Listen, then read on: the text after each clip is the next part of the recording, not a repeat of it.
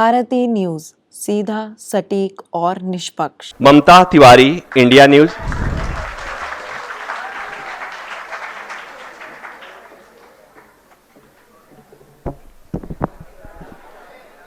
Thank you sir, thank you Bharatiya Vidyapeeth मुझे यहाँ पर बुलाने के लिए, और थैंक यू आप सभी का अंतिम तक मेरी बारी आने तक यहाँ पर सभी लोगों को सुनने के लिए और यहाँ पर बैठ के आप मुझे सुनने के लिए, क्योंकि मुझे पता है कि बहुत पेशेंस चाहिए हमें किसी को सुनने के लिए, और वो भी जब हमारी बात होती है तो हम सुन लेते हैं, लेकिन जब हमें लगता नहीं है कि इसे सुनना हमारा मन नहीं है, लेकिन फिर भी हमें बैठना पड़ता है क्योंकि गेट पे एक इंसान खड़ा है रोकने के लिए, वो हमें बाहर नहीं जाने देगा।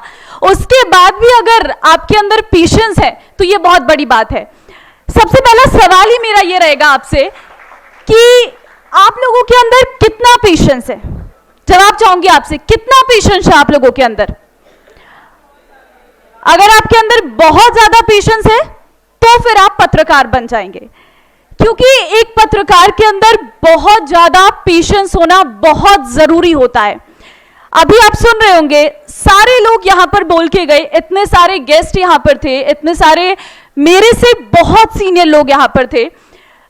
शायद कई लोग तो ऐसे थे जब मैंने पत्रकारिता के बारे में सुना या सोचा भी नहीं था, वो उससे भी ज्यादा मेरे से यहाँ पर बड़े लोग बैठे हुए थे जिन्हें मैं बहुत ध्यान से सुन रही थी और समझ रही थी।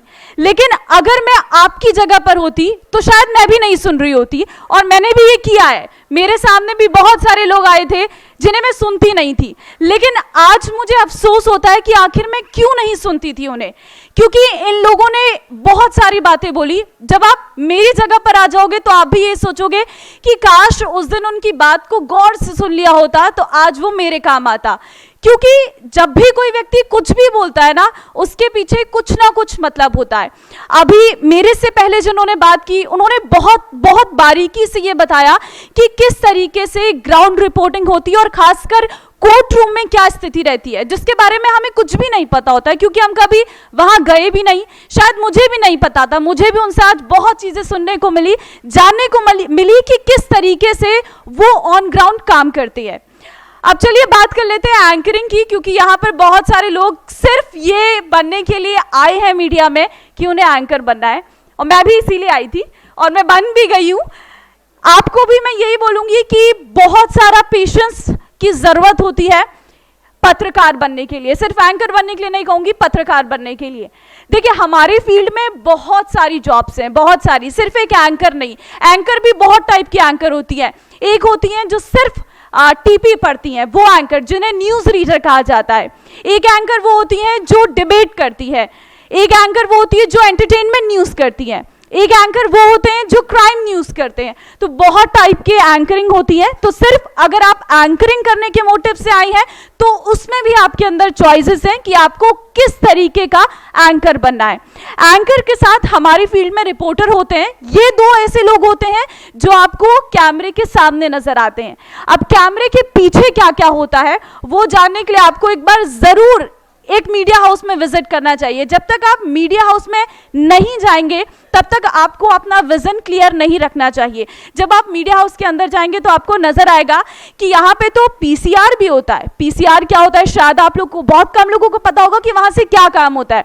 यहाँ पर तो एमसीआर भी होता है, आप ये भी जानेंगे। आप ये भी देखेंगे कि यार यहाँ पर न्यूज रूम के अंदर असाइनमेंट भी होता है, कॉपीराइटर भी होते हैं, रनडाउन प्रोड्यूसर भी होते हैं, प्रोग्रामिंग वाले भी होते हैं, बहुत सारी चीजें होती हैं एक मीडिया हाउस के अंदर। तो जब भी आप अपना करियर सेटअप करें तो उससे पहले एक बार आप जरूर एक मीडिया हाउस के अंदर जाएं और देखें कि आखिर क्या क्या चीजें हैं, और उसके बाद ही आप डिसाइड करें कि मुझे किस लाइन में जाना है।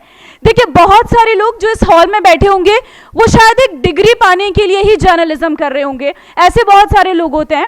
जब मैंने मास कॉम किया था तो मेरी फील्ड, मेरी क्लास में भी आपके ही बराबर स्टूडेंट्स थे, और उसमें से हम सिर्फ 3 लोग ऐसे थे जो आज एंकर बने, जो आज जर्नलिज्म कर रही हैं। बाकी सब लोगों ने फील्ड चेंज कर दिया। इसीलिए मैं कह रही थी कि पेशेंस की बहुत जरूरत होती है अगर आपको एक जर्नलिस्ट बनना है।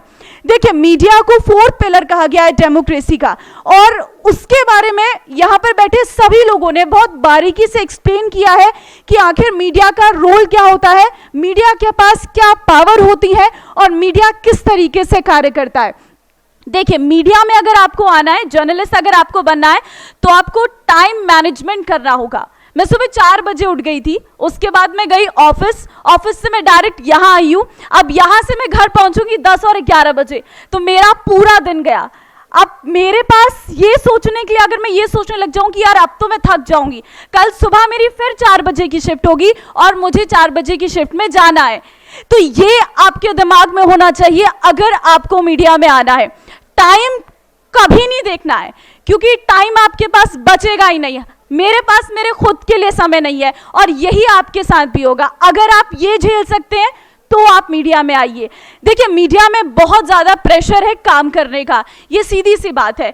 ये शायद आपको कोई भी नहीं बताएगा। जब आप इंटर्नशिप करने आएंगे, आप वहीं पर समझ जाएंगे कि मीडिया क्या है, उसके बाद ही डिसीजन लीजिए। मैं इसीलिए ये बार बार कह रही हूँ, क्योंकि बिना आप काम देखे प्रैक्टिकल वर्क करिए। आप अपने करियर को भी मत चुनिए और इस फील्ड को भी मत छोड़िए। साथ ही अगर आपको एंकर या रिपोर्टर बनना है, तो आपकी वोकैबुलरी, आपकी शब्दावली बहुत अच्छी होनी चाहिए। आपके पास शब्दों की भरमार होनी चाहिए। आप अखबार पढ़िए, आप बहुत सारी वेबसाइट्स हैं, आजकल तो हर जगह खबरें हैं, बहुत सारे ऐप्स हैं, आप पढ़िए, लोगों के आर्टिकल्स पढ़िए, क्योंकि जितने आपके पास शब्द होंगे उतना अच्छा वक्ता आप होंगे, उतना अच्छा एंकर या रिपोर्टर आप होंगे। और प्रोनाउंसिएशन बहुत ज़रूरी है, प्रोनाउंसिएशन का ठीक होना। देखिए, बहुत सारी दिक्कतें होती है, बहुत सारे जो बिहार से लोग आते हैं उनमें र और ड़ की दिक्कत होती है। मैं उत्तराखंड से हूँ, हमारे वहाँ पे स और श में बहुत सारी दिक्कत होती है। ये सबके साथ होती है, इसमें कोई बड़ी बात नहीं है, मेरे साथ भी थी। बहुत धीरे धीरे आपको उसको ठीक करना है और ठीक हो भी जाएगी। कोई भी काम मुश्किल नहीं है, यही आपके दिमाग में होना चाहिए। साथ ही आपको एक गुड लिसनर होगा। आप कभी भी डिबेट देखते होंगे, एंकर को सब सुनना पड़ता है, किस गेस्ट ने क्या बोला है और किस गेस्ट ने क्या बोला है। अगर मैं एक भी गेस्ट को नहीं सुनूंगी तो मुझे यही नहीं पता चलेगा कि इसने बोला क्या है, अब मैं इससे आखिरी सवाल या दूसरा सवाल पूछूं क्या। तो आपको एक गुड लिसनर होना पड़ेगा अगर आपको जर्नलिज्म में आना है। आपको प्रैक्टिकल नॉलेज बहुत ज़रूरी है, ऑन ग्राउंड नॉलेज बहुत ज़रूरी है। देखिए, प्रैक्टिकल नॉलेज तो हर फील्ड में ज़रूरी है।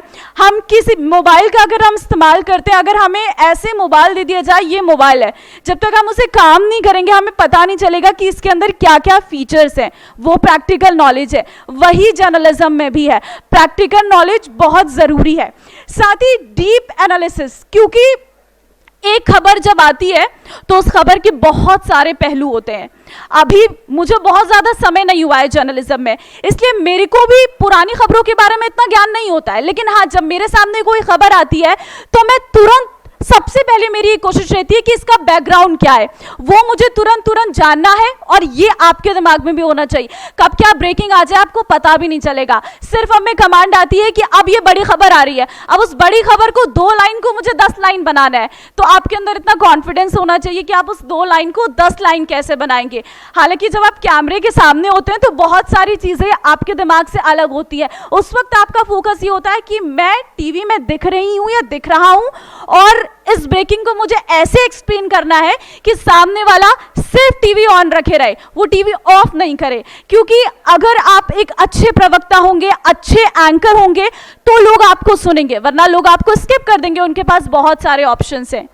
साथ ही आपके अंदर पेशेंस, जो मैंने सबसे पहले कहा कि पेशेंस बहुत ज़रूरी है, क्योंकि अगर आप अच्छे पत्रकार बनेंगे तभी जब आपके अंदर पेशेंस होगा। देखिए, जर्नलिज्म में ना नहीं कहा जाता, क्योंकि हमें जो भी काम मिलता है हमें वो करना होगा। अगर मुझे कहा जाएगा कि आपको अभी ग्राउंड रिपोर्टिंग पे जाना है तो मुझे जाना होगा, मुझे ना नहीं कहना है। मुझे ये कहा जाएगा आपको ये प्रोग्राम बनाना है तो मैं ना नहीं कह सकती हूँ, क्योंकि मुझे वो प्रोग्राम बनाना है। और जर्नलिज्म में बहुत ज़्यादा कंपटीशन है, क्योंकि अगर आप दिखते हो तो उसकी बहुत बड़ी वैल्यू होती है।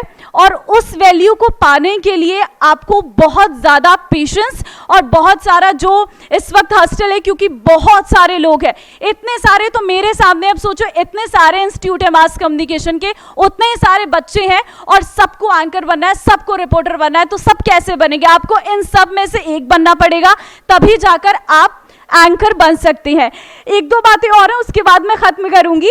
और देखिए, मेल्स के लिए थोड़ा मीडिया में टफ सिचुएशन बहुत ज़्यादा होती है, क्योंकि महिलाओं के लिए तो एक पल के लिए कह दिया जाता है कि यार ये लड़की है, इसको छोड़ देते हैं इस खबर के लिए, लेकिन मेल्स को लिए तो बिल्कुल भी ना नहीं है। अगर आप मेल है और रिपोर्टर या फिर एंकर या फिर कोई भी चीज़, आपको शिफ्ट की परवाह नहीं, आपको नाइट शिफ्ट भी करनी पड़ेगी, डे शिफ्ट भी, इवनिंग शिफ्ट भी, जो आपको मिलेगी आपको वो करनी पड़ेगी। हालांकि अब महिलाओं के लिए भी ये हो गया, लेकिन हाँ, मेल्स के लिए ये ज़्यादा टफ है।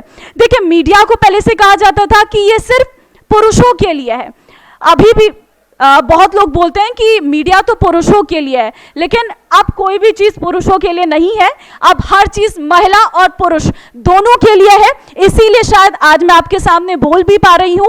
और साथ ही साथ देखिए, मैं अपने बारे में बताती हूँ, तो मैं बहुत छोटे से शहर से आई हूँ, उत्तराखंड का एक डिस्ट्रिक्ट है बागेश्वर। बहुत कम लोगों ने सुना होगा, बागेश्वर धाम नहीं, बागेश्वर डिस्ट्रिक्ट, दो में बहुत डिफरेंस है, लोग कंफ्यूज होते हैं। मेरे शहर से मैं पहली लड़की हूँ जो जर्नलिज्म में आई हूँ, जो एंकर बनी हूँ। मेरे शहर में कोई भी लड़की नहीं है जो अपने घर से बाहर आई है और वो एंकर या फिर जर्नलिज्म में आई है। तो ऐसे ही आपको भी अपने शहर से एक होना है, तभी आपके पापा या आपके पेरेंट्स ने इतना सारा पैसा लगाया है और आप लोगों को यहाँ भेजा है। तो मेरी ये उम्मीद रहेगी और मैं आपसे यही कहना भी चाहूँगी कि जो माँ बाप ने उम्मीद के साथ आपको यहाँ भेजा है, उसको आप गंवाना मत, मेहनत करना। मेहनत के बाद जो रिजल्ट मिलता है ना, उसका सुकून अलग ही होता है। आज मैं बोल रही हूँ, कल आप मेरी जगह पर बोलेंगे और शायद मैं आपको सुनने के लिए वहाँ पर बैठी होंगी। Thank you.